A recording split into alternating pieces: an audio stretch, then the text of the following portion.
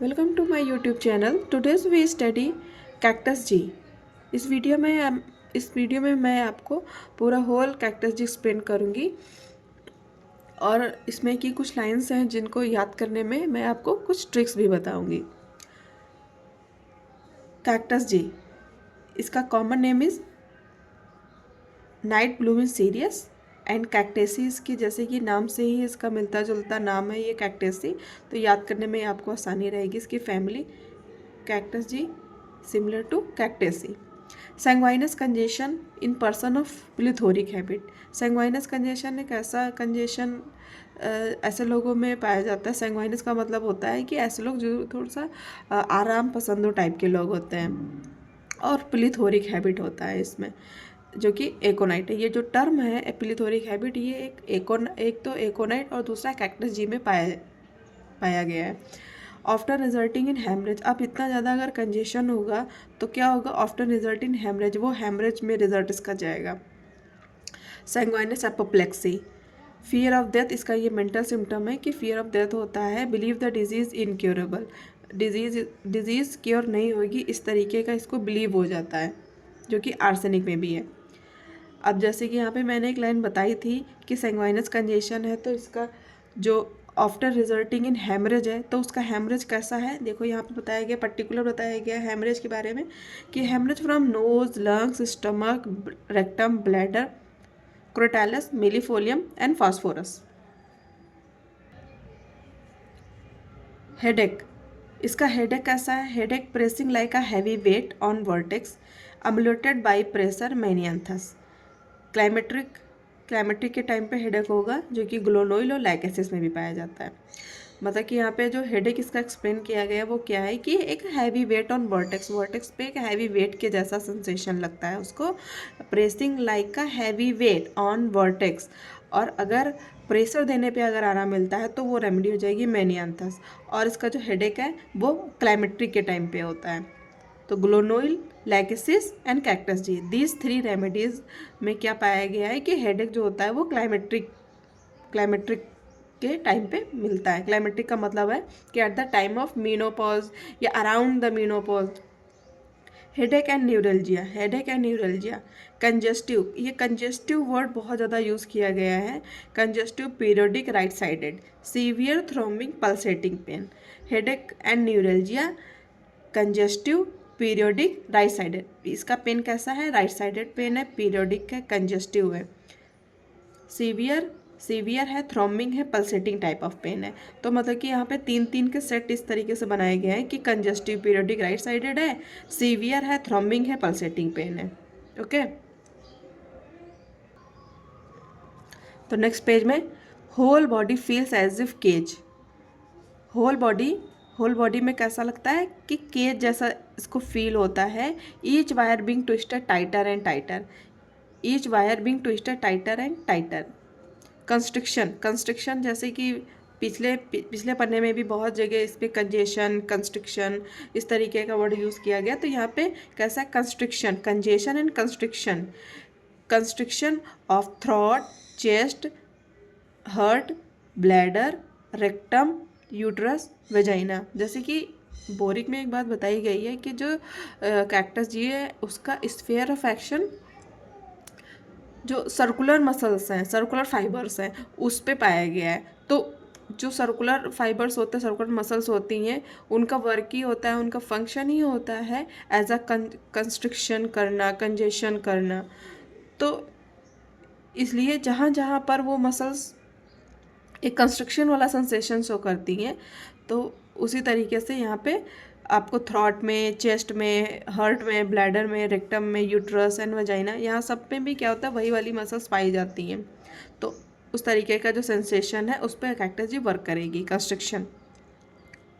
और जब वो कंस्ट्रक्शन हो रहा होगा तो पेशेंट ऐसा तो नहीं कहेगा कि मुझे कंस्ट्रक्शन लग रहा है, ऐसा तो नहीं टर्म बोलेगा। वो ये बात बोलेगा कि मेरी जो बॉडी है वो whole body feels as if cage, each wire being twisted and tighter, बहुत ही कसा कसा सा लग रहा है, ऐसा वो बोलेगा। ऑफ्टन कॉज्ड और brought on by slightest contact. Often cause या तो कॉज होता है, और ब्रॉट ऑन बाई मतलब कि या तो आप कोई भी उसको या फिर खुद ही अगर वो उस पार्ट को टच कर लेता है तो वो कारण बनता है कि हाँ जब से छू लिया या जब से कांटेक्ट कर लिया, स्लाइटेस्ट कांटेक्ट भी अगर हो जाता है तो या तो वो कारण बनता है या तो वो कॉज बनता है या तो छूने से ही आ जाता है, वो कंस्ट्रक्शन वाला जो सेंसेशन है वो उसमें आ जाता है, या तो वो उसका कॉज बनता है या तो ब्रॉट ऑन बाय हो जाता है। Oppression of chest as from a great weight. Oppression of chest, chest पे कैसा लगता है? Oppression of chest as from great weight. अभी हम लोगों ने वेट जैसा सेंसेशन कहाँ पे पढ़ा था? हेडेक में पढ़ा था, जहाँ पे क्या था कि जो हेड है उसके वर्टेक्स पे एक प्रेसिंग सेंसेशन लग रहा है। और जो दूसरी लाइन मैंने एक बताई थी कि सीवियर है, थ्रोम्बिंग है, पल्सेटिंग पेन होता है। Severe severe throbbing pulsating pain आपको हेडेक में बताया था। और वहीं पे यहाँ पे देखो चेस्ट में भी इसको कैसा लग रहा है? एक हैवी वेट जैसा लग रहा है। एक हेडेक के केस में हेड पे वर्टेक्स पे एक हैवी वेट सा सेंसेशन था, यहाँ पे चेस्ट में क्या है? ग्रेट वेट जैसा सेंसेशन है। Oppression of chest as from a great weight as if iron band preventing normal motion. ऐसा लगता है जैसे कि एक आयरन बैंड लगा हुआ है जो कि नॉर्मल मोशन को कंस्ट्रक्ट कर रहा है, प्रिवेंट कर रहा है चेस्ट को पूरी तरीके से इंस्पायर करने पर।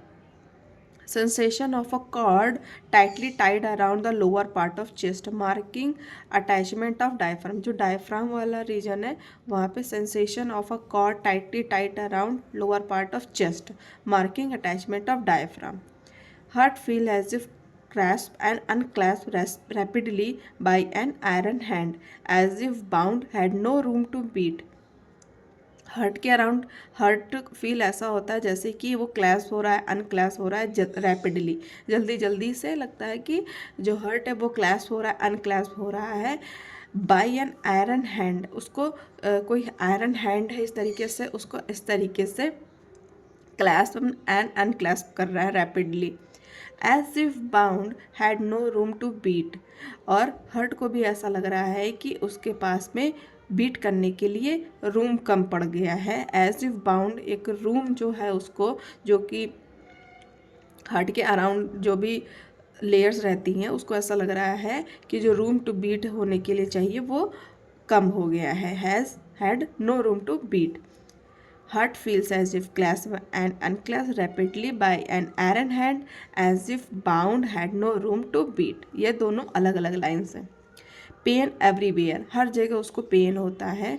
Darting springing like chain lightning and ending with the sharp vice like grip only to be again renewed. उसको हर जगह पेन होता है, डार्टिंग स्प्रिंगिंग लाइक होता है, चेन लाइटनिंग का मतलब है कि बिजली की तरीके से चमक वाला दर्द उसको होता है। Darting springing like chain lightning and ending with the sharp voice like grip. और जब वो इंड होता है, जो दर्द का जो एंडिंग होती है, end with sharp voice like grip के साथ में होती है।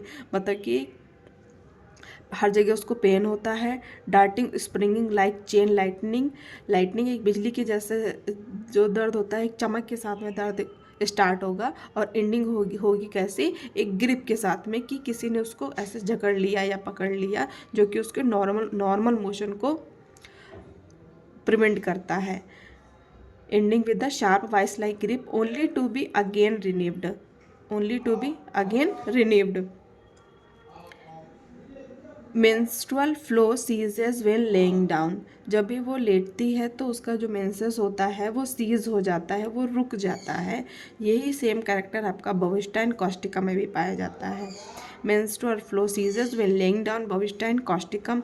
पाल्पिटेशन की बात करें तो अब यहाँ पे पर्टिकुलर इसका पाल्पिटेशन बताया गया, जो कि एक हार्ट का फंक्शन ही होता है, पंपिंग ऑफ द ब्लड। तो पाल्पिटेशन में क्या है? डे एंड नाइट होता है पाल्पिटेशन। जब भी देखिए जो नॉर्मल मोशन होता है हार्ट का वो हमें फील नहीं होता है, वो अपना इनवॉलेंट्री अपना वर्क करता रहता है, वो हमें पता नहीं चलता है। लेकिन कुछ एबनॉर्मल कंडीशंस होती हैं जिसमें कि जो कि हार्ट का जो बीटिंग होती है वो हमें सुनाई देने लगती है, वो हमें फील होने लगती है कि बहुत ज़्यादा पाल्पिटेशन हो रहा है। तो ये उसी पाल्पिटेशन की बात करी जा रही है कि palpitation day and night, what's when walking. जब चलता है तब वॉर्स होगा, and laying on left side, और जब भी वो लेफ्ट साइड लेटेगा तब उसका वॉर्स होगा, यही पाल्पिटेशन, क्योंकि लैकेसिस में भी है।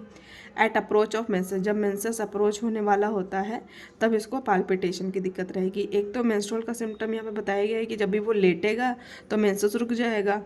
अब पाल्पिटेशन की बात कर रहे हैं कि डे एंड नाइट पाल्पिटेशन है। वॉट्स व्हेन वॉकिंग, जब भी वो वॉक करेगा और लेफ्ट साइड लेट जाएगा, जो कि लाइकेसिस में भी है। लेफ्ट साइड लेटने पे क्या होता है, पाल्पिटेशन होता है। एक तो बताया कि वॉक करने पे वॉर्स होगा, दूसरा लेफ्ट साइड लेटने पे वॉर्स होगा। एट अप्रोच ऑफ मेंसेस, और जब मेंसेस अप्रोच होने वाला होता है, मेंसेस जब आने वाला होता है तब उसको ये पाल्पिटेशन की दिक्कत आती है। फीवर का पैरोक्सिम्स बताया गया है रिटर्न एट 11 AM, मतलब कि सुबह के 11 बजे एंड रात के 11 बजे। फीवर का जो पैरोक्सिम्स है, जो कि मैंने पहले ही बताया हुआ है कि इस रेमेडी में एक पीरियोडिसिटी पाई गई है। तो वो जो पीरियोडिसिटी के तहत देखा जाए तो फीवर का जो पैरोक्सिम्स आता है वो 11 AM एंड 11 PM पे आता है।